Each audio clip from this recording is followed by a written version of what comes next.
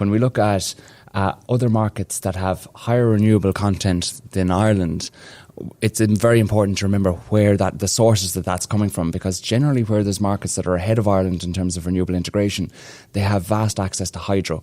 And hydro gives you that inertia that you don't have with wind and solar, whereas what we have is wind, and soon we're going to have more solar. So it's about making the best use of the resources available to us. It is, but also Ireland is a very small country, so that say you lose 300 megawatts. 300 megawatts is a lot in Ireland. 300 megawatts on mainland continent is very little. So we're seeing problems on the grid here. EirGrid is seeing problems on the grid here that nobody else really is seeing, and we're way ahead of the curve in terms of being able to integrate large volumes of renewable onto the grid. I mean, already EirGrid are able to run the grid with 75% of it coming from wind and solar. I mean, nobody else is doing that. So, we are ahead of the curve there. Yeah. And interconnectors then are often looked towards as being, that's our saving grace in a time when we don't have high wind on the system here. But we have to remember as well that an interconnector has a potential to trip too. So, yes. But whereas we're used to, if a power station trips, we're used to making up the excess, right? So basically, compensating for a shortage. But an interconnector can trip and have both effects. So an interconnector can find that it's exporting 500 megawatts and then it trips.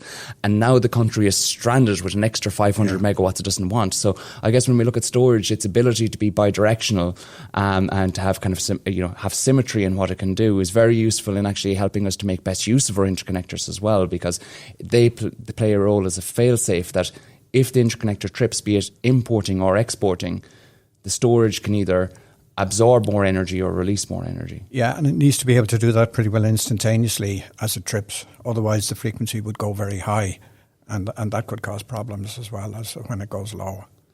And you're talking in the order of milliseconds. You're talking in the order of milliseconds, yeah. You're talking about a fraction of a second.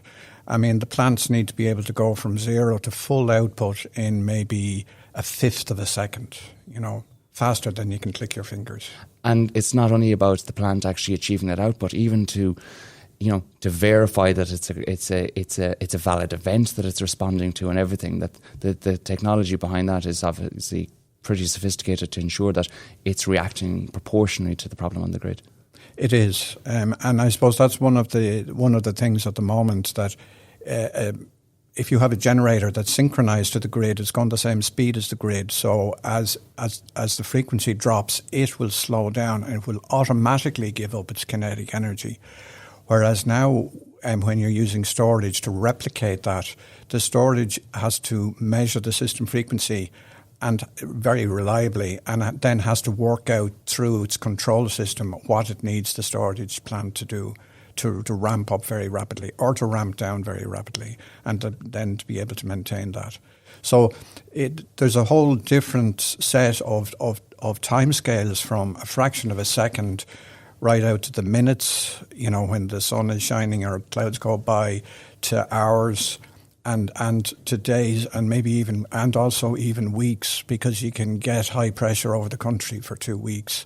And if we have high pressure, Britain probably has high pressure too. So a lot of our interconnector is with Britain, so that's not a solution. So we need some kind of storage to cover the longer periods, and that comes into maybe where green hydrogen, where you might talk about, Rory. Mm.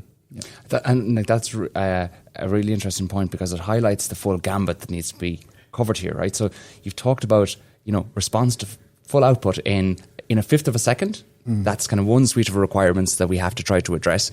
And then we need to be able to deal with a situation where we're dealing with something like a 2-week frost and just wind is dead in Ireland, and any country that we're interconnected to is being affected by the same high pressure as Ireland.